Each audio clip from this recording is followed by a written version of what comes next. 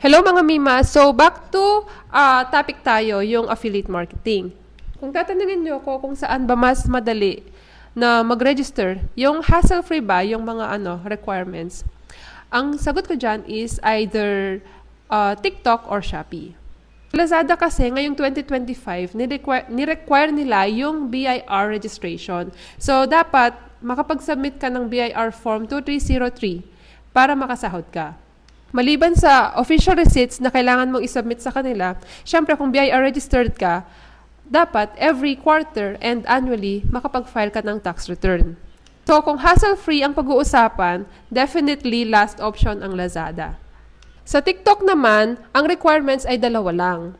Una, dapat may 600 followers ka. At ang pangalawa, syempre, yung government ID. As in, yun lang. May nakalimutan ba ako? Feeling ko wala naman. Yun lang talaga, 600 followers at government ID. About sa payout naman, pwede siya through GCash. May option din na auto-withdraw. So, every week yan. Basta naging 50 pesos na yung commission mo, automatic na yan mawi-withdraw sa ano mo. Automatic na siya matatransfer sa bank mo. Pwedeng GCash, pwedeng banks. Pwede namang ipunin mo lang doon kung kailan mo gustong i-withdraw, doon mo lang i-withdraw. Sa Shopee naman, ang requirements ay dalawa lang din. So, ang una, dapat may C-Bank account ka. Yung C-Bank account, mabilis lang naman yon kasi digital lang siya. I-download mo lang yung app. Tapos, magre-register ka lang, gawa ka lang ng account mo. Maribank na yung name niya ngayon, no? Pinalitan na. Hindi na siya C-Bank, Maribank na. At ang pangalawa naman is yung government ID. Siyempre, kailangan talaga yon para i-verify yung mga details mo. Yung ginamit ko yung sa akin ata, UMID. Pwede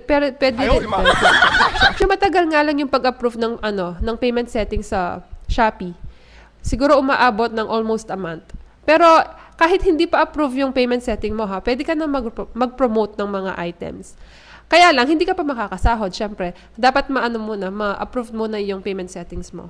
Ang sahuran naman sa Shopee is either Shopee Pay, kung ang sahod mo is 2,000 below, or C-Bank naman if 2,000 above. At ang kagandahan sa Shopee is every week ang sahod.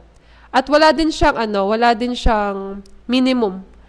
Kahit piso, 2 piso lang yan, sasahod ka. Kasi sa Lazada kasi, meron silang minimum. Dapat maka 1,200 commission ka muna bago ka makasahod. So, ayun lang. I hope may natutunan kayo sa vlog na to. Next time ulit. Ciao!